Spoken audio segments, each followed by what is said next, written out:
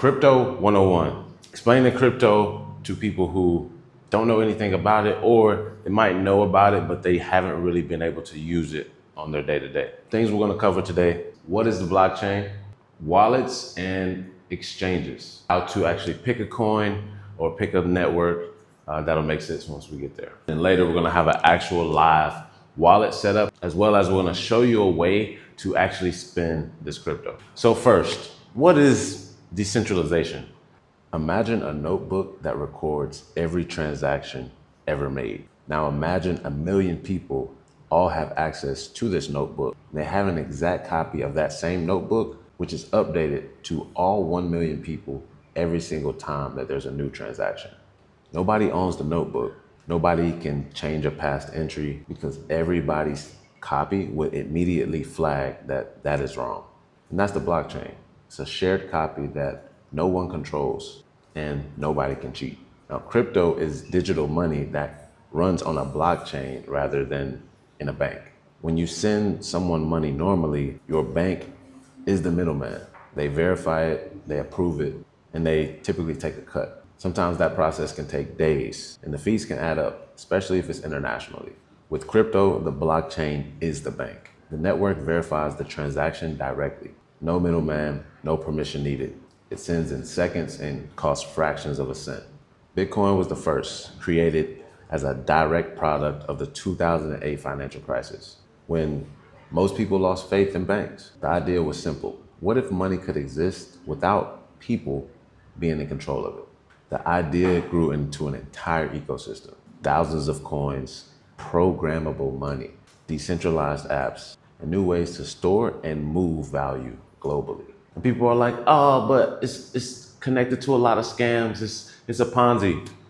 To be fair, all money is an agreement. Who actually dictates what the US dollar is worth? It's not backed by gold anymore. What dictates it? And that's the same with any type of valuable. The people price it. Crypto allows you to send money anywhere, anytime, in seconds. It used to be if you wanted to send cash internationally, you had to pay these ridiculous fees. Usually had to wait between 7 and 10 business days. And you had to have all the details right for the wire. Nowadays, in just a couple seconds, boom, somebody on the other side of the world receives money that you sent them. And these solve real global problems daily. If you look at certain war-torn territories right now, a lot of the banks are bombed and ruined. The only way to get access to your money is having a middleman. But with crypto, all you need is an internet connection and you have access to your money. Most of you actually have crypto, you just don't own it. So here's the difference between holding your crypto in an exchange and having a crypto wallet. It's all about the private keys, whereas with an exchange, the exchange owners hold your private keys. For a crypto wallet, you hold on to those private keys. You typically have access via a passcode or seed phrase, which is 12 to 24 words of random generated things that will give you access to that wallet. But I'll give you some examples of exchanges: Coinbase, FTX, Binance. All of these are examples of exchanges where you can hold your crypto on this exchange. But if you look at FTX, if something happens to that exchange or that company, you might not have access to what you thought was your crypto. And that's a common term you'll hear in crypto. Not your keys, not your crypto. If it's not your keys, private key, not your crypto. The difference is the customer service aspect. With exchanges, you have customer service. So if you lose your password, somebody hacks your account, all of these different things happen, you have a layer to actually access and get some support. Whereas with the crypto wallet, it's all on you. So I actually recommend most beginners, and especially like people like my grandparents or whoever, to start on an exchange. It's easier. It's pretty much just like a bank. So the concept is a lot more simple than holding their own wallet. A lot of exchanges nowadays, like Coinbase, offer different ways for you to hold your USDC. We'll go back into what USDC is in a minute, and hold other forms of crypto and be able to earn yield that's way better than any type of yield you would earn in a traditional bank account. Now the wallet, it is completely yours. So if anything happens to any exchange, it doesn't matter with you. You can send, buy, whatever you want to do with your crypto at any given time. But if there's a hack or if your seed phrase gets leaked, it's all on you. And most of the time, if your wallet gets hacked, there's nothing you can do about it except for accept the defeat. That's the realness about crypto, and that's why a lot of people are scared of it. So I would say both of these are great options. If you're more experienced, well organized, and really good at making sure that you don't click bad links, the wallet is great for you. But if you're new to technology, crypto, and you want to make sure you have that extra layer of security, then go with a trusted source like an exchange. So what are different coins that you should be getting into? So you're going to go to coinmarketcap.com. So this is going to pull up a list of all of the different cryptocurrencies, how much volume they are getting traded daily, how many users, and a lot of other data. Now, when you get to CoinMarketCap, you're going to see a list of all of the different cryptos. You'll see BTC's number 1, Ethereum's number 2, Tether, BNB, XRP, USDC. So I'm going to go over USDT and USDC.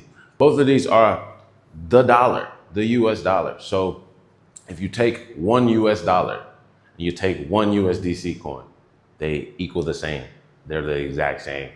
Nothing is different. The only thing that's different is one is backed by the blockchain and one is backed by the US government. Which one do you trust more? The transparent one or There are companies that are tasked with making sure that each dollar of USDC is backed by one US dollar. So it is always 1-to-1. Sometimes it does kind of get off. You'll see that especially when there's a lot of volume in the crypto market. It might be 0.999 to $1, but for the most part, it is always $1 to $1. If you're nervous about crypto, if you don't know what to get into, just convert your current USD to USDC or USDT and just hold it on an exchange. The reason why is because most of the time you put your money in a bank account, let's say you have $1,000 to put in the bank. Over a year, what do you get? 0.04, whereas a crypto account, you can earn yield between 6% to 14% easy. It's honestly a cheat code if you just have money sitting that you don't plan on using and you don't want to really risk your investment too much. As you can see here, you can see the different price. You can see the different market cap. You can see the 24-hour, 1-hour volume. You don't really need to know all that, but this is a really good site for you to come to and just get a look at what that coin is doing. So we're going to click on Solana. Solana is my coin of choice because it is frictionless. I picked Solana. Now, so choosing the blockchain is like choosing a city. Different rules, different culture, different apps. So today we're going to set up in Solana. But just quick overview of the top 3. Bitcoin is like a store of value. It's the original, really slow to transact, really expensive fees. And most people actually just hold it instead of using it. Now, Ethereum was the first programmable blockchain. It's a pretty dominant ecosystem, but fees can also get really high when it's busy. You'll see a lot of different layer 2s, which is like different blockchains that are under the Ethereum realm. And now Solana transacts in under a second. The fees are fractions of cents, and the ecosystem is something that I actually use every day and I work alongside with. I feel the easiest at mine when using Solana. I don't like sending out money and not knowing if it's gonna hit for minutes at a time. With Solana, I can count to 10 and usually my money has moved or is in another account and I can confirm it. Looking at Solana, you can see current price. Toggle this by different weeks, days, hours, whatever you want. And for beginners, this is pretty much all you need to see. What the current trend is, what the current price is, and also if there's any major updates on the network. So we're gonna pick Solana as the coin of choice. And for Solana, my favorite wallet. You see it. All right. Solflare is definitely by far my favorite Solana wallet. It was my first Solana wallet when I got started. It is the Solana wallet that I use the most. And I know the team is amazing. They're always shipping and they're always very transparent. So Solflare is what we're gonna download today. You're gonna go to x.com. The reason we use Twitter is because Twitter has these gold checks. You see a gold check, you know that that company is verified. Obviously, hacks happen randomly, but I've seen that Twitter is updated the fastest. So if they do get hacked, you'll see their account, you'll see a post put out like, hey, we're hacked or whatever, and they'll be updated with their correct links very quickly. For extensions, you're usually safe. So for this, we're gonna go to Chrome Web Store, download the Chrome extension. All right, now you should be at the Solflare welcome screen. I need a new wallet or I already have a wallet. Obviously, we're gonna do I need a new wallet. So click I need a new wallet. From there, you're gonna set your password. I recommend, and obviously AI also recommends, that you stop using your name and your birthday as your password. Make sure you start using phrases. Phrases are better because they're longer. Now you're gonna be taken to your home screen where it says your portfolio. Now, this is gonna live in the app or in the extension. So anytime that you actually need to see this or wanna see it, there's a place in the extension that you can just go and click view portfolio and it'll pull out this page so you can see the full view. So from here, in the top right corner, it says main wallet. That is your wallet address. You can hit copy on that. Now, we're not actually going to send or receive any crypto currently, but I'm just gonna walk you through the essentials of what you need to know. Let's go to send. If you are going to send crypto, you would click send. You would type in the amount of SOL. Let's say we want to send 1 SOL, which we don't have in our account. And then you'll go to the recipient, hit paste. Right now, that should be your wallet address. This is just a test so you know if your address copied correctly. Under that, you see public and private send. For the most part, you're just getting started in crypto. Everything's a public send. Private send is something we can get into another time, but you do now have the option with Solflare to both send publicly and privately.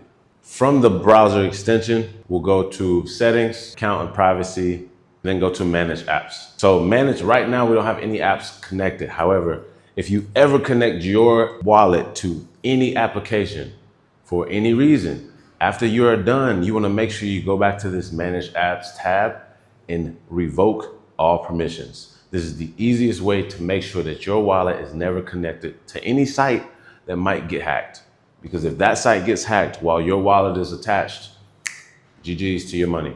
Now for the most important part of holding your own crypto in your own wallet. You're gonna click on your wallet in the top left where it says MW, which is main wallet. So click that, scroll down to the main wallet, slide all the way to the right where you see the 3 dots and click that. This is the important stuff. This is also where you can copy your address. You can rename your wallet. You can edit your background, but the 2 most important things are your private key and your recovery phrase. Now, just good practice. Never keep your private key or your seed phrase on a public account. If it's backed by a cloud, for example, your notes in your phone. If you want to keep your stuff on your notes, disconnect it from your iCloud. Don't take pictures of it, number 1, but make sure it's somewhere safe that only you have access to it. Remember this, your recovery phrase, your private keys. Those are the 2 that you will always need to have. One or the other is okay.